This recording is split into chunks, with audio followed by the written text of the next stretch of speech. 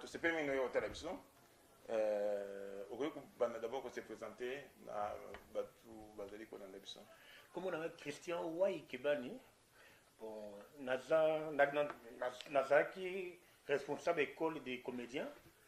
et puis, quand entretenir les jeunes, pour s'occuper de les jeunes, et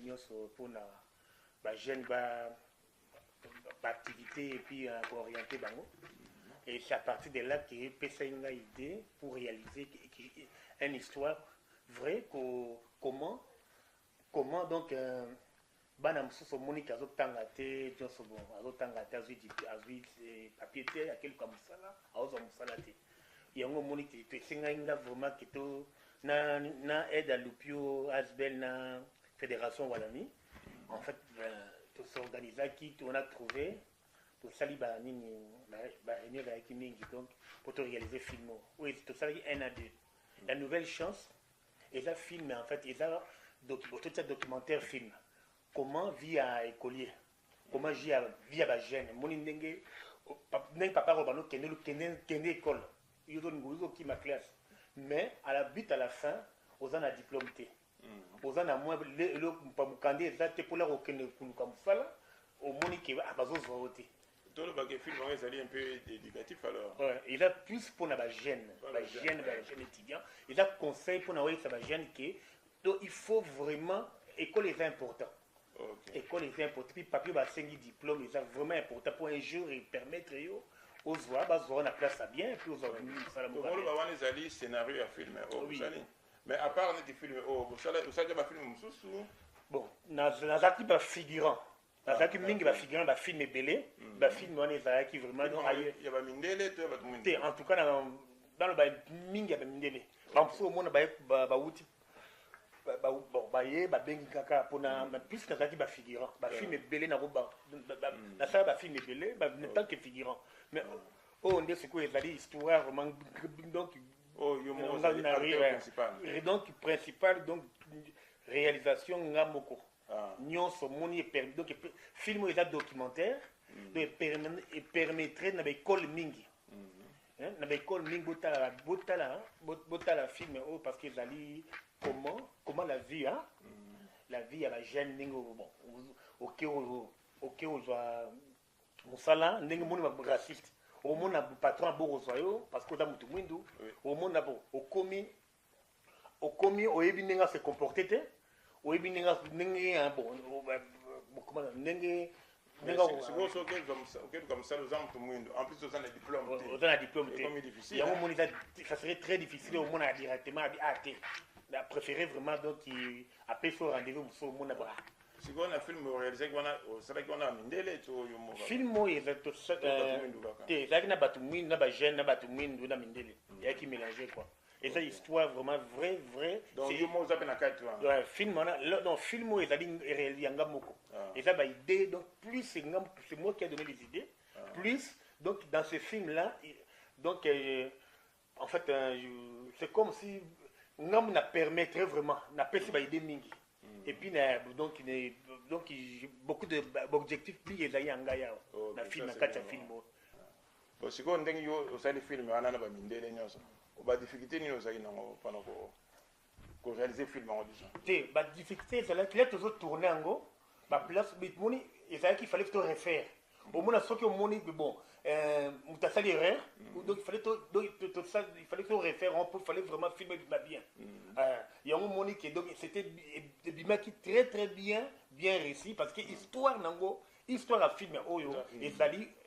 réellement na l'école mingi bazana besoin il y a besoin ya nini ya ndenge bon ndenge ya moto sali filmer oyo donc histoire exactement tourner film en Belgique donc exact oui tu tourner ba place belé quand na Belgique ba place belé ba place belé quoi tu tourner ba place belé va les autres sont temps mingi pour na osala casting ya ko ba acteur osala ndeni bon vous en agence mo comme ça la moto yo mo kaka en fait exact na école hein na école totali bano bazalaki vraiment un peu hein mayele ou bazalaki vraiment total plus intellectuel bon au bazo garder parce qu'il fallait qu'on kanga babilo qu'on répéter bon tout ça qui parmi bano bazaki vraiment bazaki bona ni ya magasinage bazaki vraiment to monaki bazaki pouvait faire yango moni to ponaki mais nde film on a donc la nouvelle chance et ça film moko vraiment histoire donc vrai nouvelle chance on a nouvelle chance titre monde pesa qui oui titre nouvelle chance on appelle ça parce que dans vie oui na vie bonike ozana to nouvelle chance donc chance moko donc tu rose à la deuxième chance. Il faut attaquer le remous et que nouvelle chance c'est ali. Pour zonga donc au gagner le perdaki. Il y a bien qu'on la nouvelle chance. Nouvelle chance. Bon, tu sais qu'il y a une chance pour année on doit quitter mais année on reçoit. Il y a bien qu'on la nouvelle chance. Si ko bien la nouvelle chance donc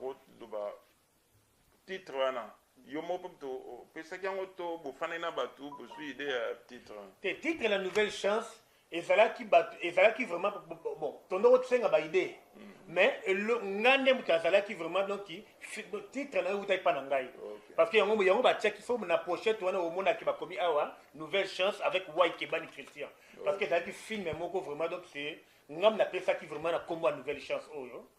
na film oyo donc c'est bien. Donc on a filmé une nouvelle chance Roba ezali elo ni inspiré ki ezali expérience personnelle to ezali ka komona ikaka boy ide mo ide okaka boy te mais elo ki inspiré kinga parce que tozo mona bakana ningo au mona étranger au mona mi étranger bazo mona ozotanga mais à la fin OK otangi mozo OK on a diplôme na ba boy parce que ba biki o ya mutu mwindo ozo mona ba préférer bazo mun po munti bon olingo sana kati ya mituto chake o sana bureau ba préférer que peut pas côté racisme ezali ya on a lelo na zo senga mingi bino ba jeune vraiment na supir bino botanga mingi parce que bino omoni mundele zamboka bo to chake mundele zamboka na bangwa yo mutu mwindo za étranger tanga mingi faut do tanga plus que mundele pour pas poser place OK place ko mériter botanga bozo ba diplôme bien pour poser la batu ya bisala bien bisala bien yango moni une nouvelle chance donc yeba que koki toujours ko attends attaquer à newana mais yeba donc on a motivé quoi on a motivé la nouvelle chance ouais c'est ça mais ouais pour yeba pe ba tu peux ba na pende ozo pesa toli ba kotanga na ba ko tanga pe cinéma c'est ko place ya kotanga cinéma ezali bon na place ya kotanga cinéma na tu peux pas ça la magazine pour pas ça la pe ba film mais bela ndenge yo sali ba réalisation tout ça et là on a roloba au mo ba film keseni ba film mso mona ba film mso eza ba film pour mona ba cinéma eza ba film espion ba mais o ezali histoire moto ezo mona ezo o bazo vivre ngo bana bazo vivre na l'école ozo mona ozo OK ko luka musala ozo mona ko il faut préparer CV moka bien il faut préparer lettre motivation il faut yeba ndenge tu dois te présenter yango ba compétence wana nyoso wana o yango monique na film o ezali textuellement bazo la kisabino ndenge nini ke OK depuis monique ezala to komi na komi devant patron devant pour que comme n'importe quoi comme agité oui na ndenge non yango mona film oyo ezo la kisabana donc ndenge vraiment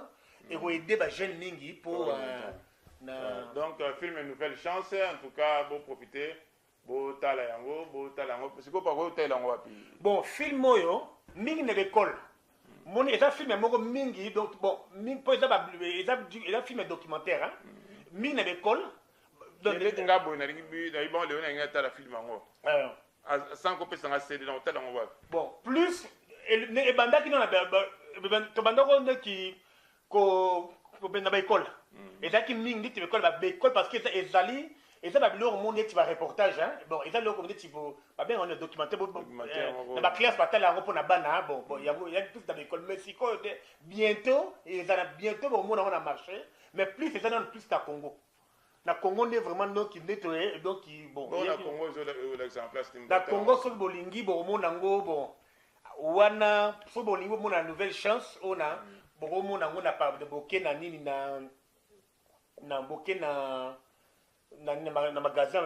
na nini na côté là-bas on a boulevard où il y a bien fait caca bon là on vend des DVD CD vous vous renseignez bah oui ça bino bah on va expliquer bino ce qui est sali en stock ou ce qui n'est pas sali à part nouvelle chance oza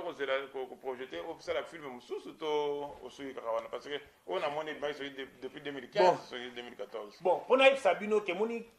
est différent. Pour déjà filmer où ils ont faut temps. Et puis c'est un bon rebelle. Tout ça qui n'a aide il y a Lupio na fédération voilà donc c'est un bon rebelle. Lupio na ça to to Lupio ça qui a et dès que biso moni hein. Ça qu'on a Lupio. Na communauté dans ASBP dès que biso bon et c'est un bon rebelle pour la filmer où et puis et là qui on va bien la nouvelle chance à Mutunios. Et là qui peut chance mo pour na ouverture mo pour le sala ba bloquer belé. Na rola ça nous ben plus na sala ba ni ba plus ba bon au monde ba playback dès que ba oh il y a ça playback ya gospel. Voilà,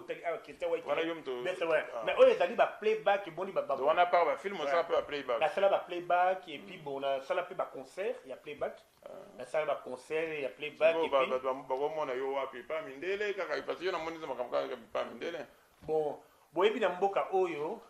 par le barak, ils sont dans la moitié mondiale, ils ont ouverture. Vraiment. Donc, bon, quel cas, on a qui donc, mon mondial, ah, oh, Mouto va commis vraiment, donc il y a.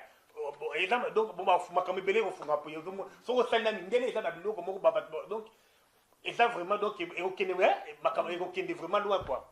Bon, comment moi, on a le bas, donc,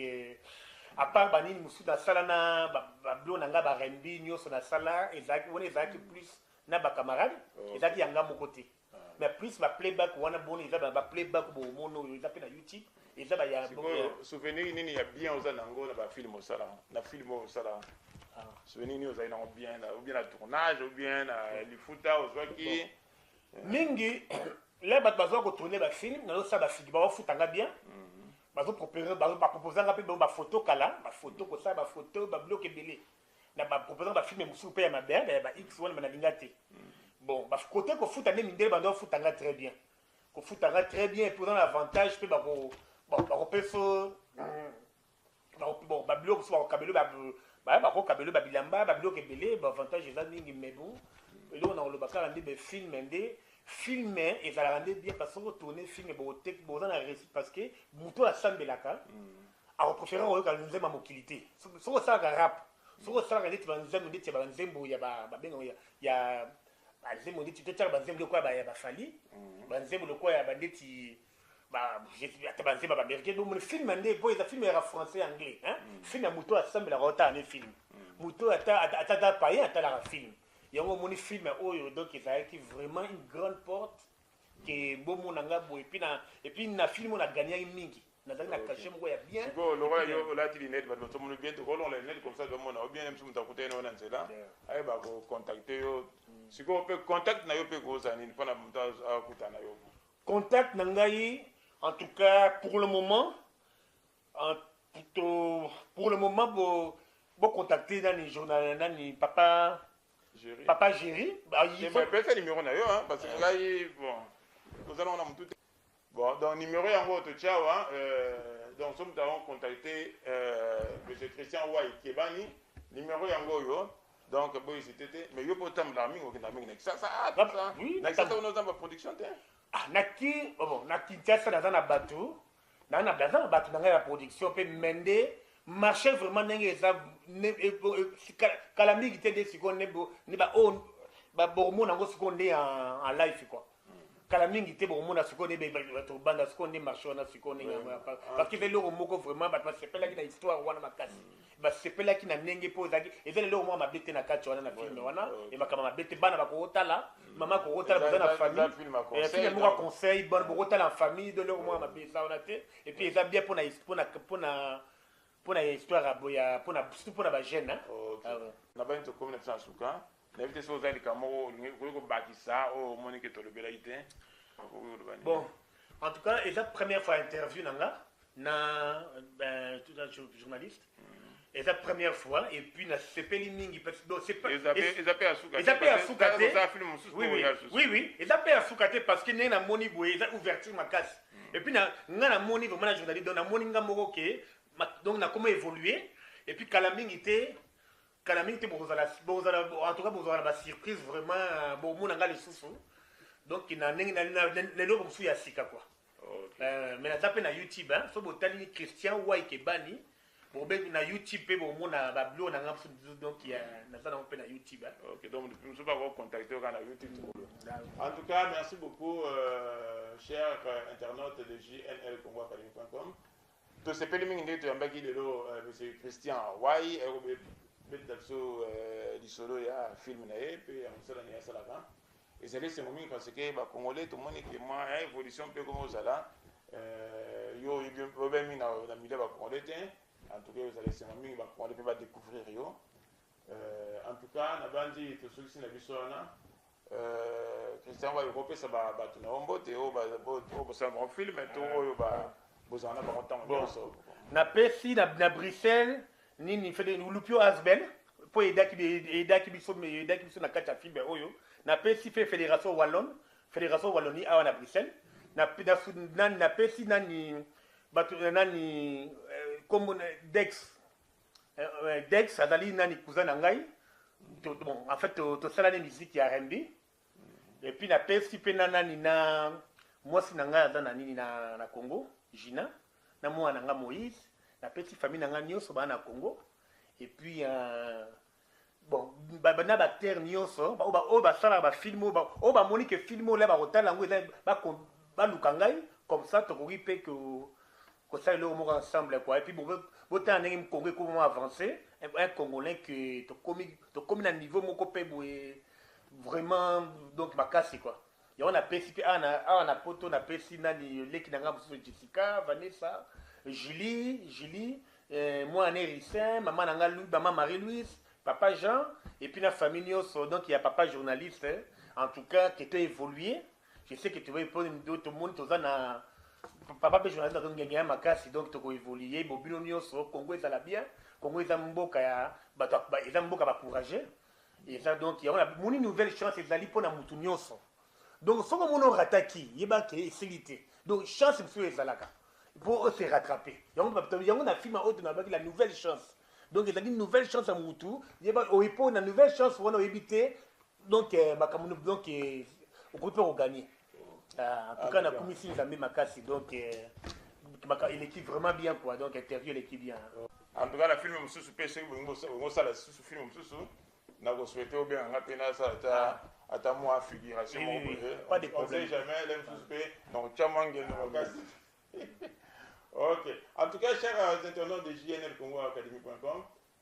nous sommes maintenant arrivés à la fin de notre émission. Nous saluons tous nos amis, tous les internautes qui nous suivent. Nous saluons particulièrement notre caméraman d'aujourd'hui, Ashley Bouquet. Nous saluons Yamaki Makiadi qui est le chargé des relations publiques de notre site. Et nous espérons que vous allez toujours continuer à nous regarder, à nous suivre, parce que nous avons beaucoup de bonnes choses à vous apporter plus tard. En tout cas, c'était votre interlocuteur, Jerry Landou, 3 étoiles.